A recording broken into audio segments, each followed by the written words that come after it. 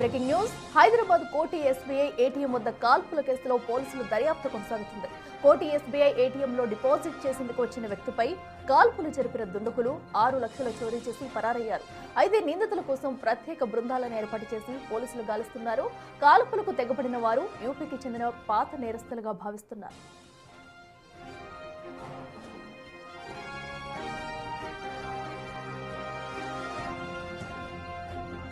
అయితే నిందితులు పక్కా ప్లాన్ తో రెక్కీ నిర్వహించి చోరీ చేసినట్లుగా పోలీసులు గుర్తించారు. ఇప్పటికే నిందితుల కోసం టాస్క్ ఫోర్స్ తో పాటు సిసిఎస్ కు చెందిన 5 ప్రత్యేక బృందాలు గాలింపు చర్యలు చేపడుతున్నాయి. మరోవైపు 2 స్పెషల్ టీమ్స్ ను ఉత్తరప్రదేశ్, హర్యానాకు వెళ్లి ఆరా తీస్తున్నాయి. చోరీ అనంతరం దుండగులు వాహనాలు మారుస్తూ ప్రయాణించి తప్పించుకున్నట్లుగా పోలీసులు తెలిపారు. ఇటు నిందితులు ఎదురు ప్రాథమికంగా పాత బస్తీలో షెల్టర్ తీసుకున్నట్లుగాను పోలీసులు అనుమానిస్తున్నారు.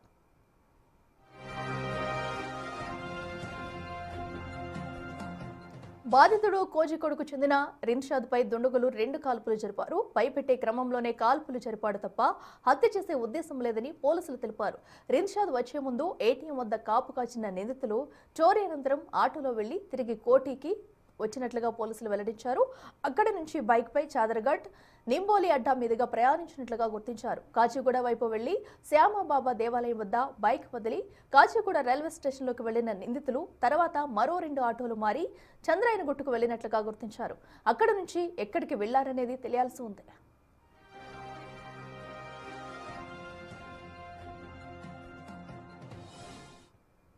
రెడ్డికి మరింత సమాచారం మా ప్రతినిధి అనిల్ లైవ్ లో అందిస్తారు. అనిల్, చెప్పండి, ఎస్బీఐ బ్యాంక్ లో అటు ఏటీఎం లో చోరీకి పాల్పడిన దుండగుల గురించి ఇప్పటి వరకు పోలీసుల దర్యాప్తులు ఎలాంటి విషయాలు బయటకు వచ్చాయి? ఎందుకంటే అంతర్రాష్ట్ర ముఠాలుగానే వారైతే గుర్తిస్తున్నారు.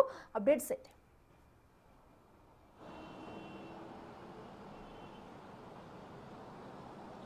అఖిల, కోటి ఎస్బీఐ ఏటీఎం చోరీ కేసులో కాల్పుల ఘటనలో అయితే ప్రజెంట్ పోలీసులు దర్యాప్తు వేగవంతం చేశారని చెప్పాలి. శనివారం జరిగిన ఈ ఘటనకు సంబంధించి ఇప్పటి వరకు కూడా నిందితుల కోసం అయితే గాలింపులు చేస్తూనే వస్తున్నారని చెప్పాలి. ప్రత్యేకంగా 8 బృందాలతోటి ప్రజెంట్ అయితే గాలింపు చర్యలు చేపట్టారు.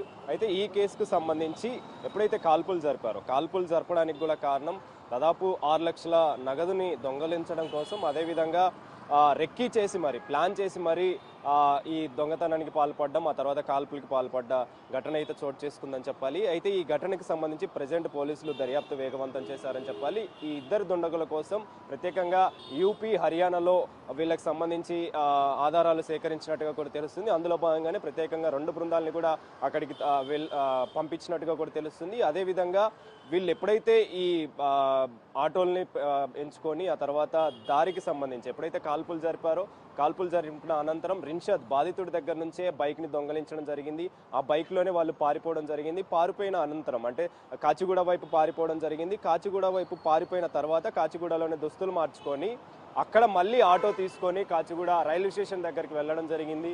స్టేషన్ లోపలికి వెళ్ళి మళ్ళీ తిరిగి మరొక ఆటో తీసుకొని కోటి వైపుగానే వచ్చినట్టుగా కూడా తెలుస్తుంది. అయితే కోటి వైపుగా వచ్చిన క్రమంలోనే కోటి నుంచి చాదర్ఘట్, అదేవిధంగా అఫ్జల్గంజ్ ఆ వైపుగా వెళ్ళి పాతబస్తీ ఏరియాలో కూడా కొద్దిగా సంచరించినట్టు, అదేవిధంగా అక్కడ షెల్టర్ తీసుకున్నట్టుగా కూడా అధికారులు గుర్తించారు. ఆటో డ్రైవర్ ఇచ్చినటువంటి ఆధారాలు, వివరాల్లో భాగంగా ఈ ప్రాథమికంగా అంచనాకైతే వచ్చారు. అయితే ముఖ్యంగా ఈ దాడికి సంబంధించి కావచ్చు, కాల్పులకు సంబంధించి కావచ్చు, రిన్షాద్ అనే వ్యక్తి బాధితుడు డబ్బులు తీసుకొని ఇక్కడికే ఎస్బీఐ ఏటీఎంకు వస్తాడని చెప్పేసి ముందుగానే గమనించారు. ఆ తర్వాత పక్కా ప్లాన్ తోటి ఇక్కడికి రావడం జరిగింది. వచ్చిన తర్వాత అతనిపై దాడికి పాల్పడ్డారు. దాడికి పాల్పడ్డ తర్వాత రిన్షాద్ అతనిపై ఆ 2 నిందితులపై కూడా ప్రతిఘటించడంతో వెంటనే గన్ తీసి రిన్షాద్ పై అయితే కాల్పులకి తెగబడ్డారు. కాల్పులు 2 సార్లు కాల్పులు చేయగా ఒక కాల్పులోనే అంటే మొదటి బుల్లెట్ అతని కుడి కాల్లోకి చొచ్చుకుపోయింది. ఆ తర్వాత మరొక బుల్లెట్ మిస్ఫైర్ అయింది. అయితే దీనికి సంబంధించి ప్రజెంట్ పోలీసులు దర్యాప్తు వేగవంతం చేశారు. రిన్షాద్ కూడా ప్రజెంట్ ఉస్మానియా హాస్పిటల్లో చికిత్స నిమిత్తం అని చెప్పేసి అక్కడికి వెళ్ళడం జరిగింది.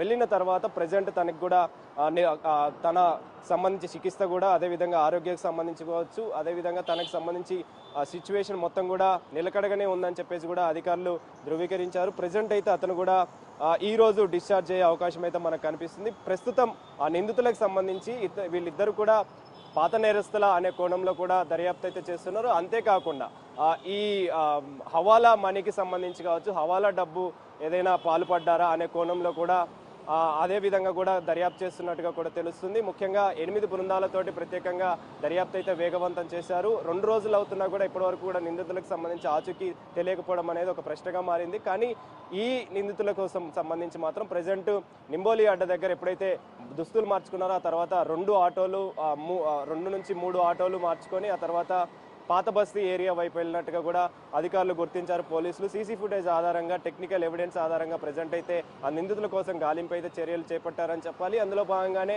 యూపీ, హర్యానా వైపు కూడా 2 ప్రత్యేక బృందాల్ని పంపించడం జరిగింది. ప్రస్తుతం బాధితుడు కూడా ఆరోగ్యం నిలకడగానే ఉంది. అతను కూడా ఈరోజు డిశ్చార్జ్ అయ్యే అవకాశం మనకు కనిపిస్తుంది. మరి ఈ రోజు ఆ నిందితుల కోసం సంబంధించి ఏదైనా వివరాలు దొరికే అవకాశం ఉంటుందా, ఆధారాలు దొరికే అవకాశం ఉంటుందా అని మాత్రం తెలియాల్సిన పరిస్థితి మనకు కనిపిస్తుంది. అఖిల.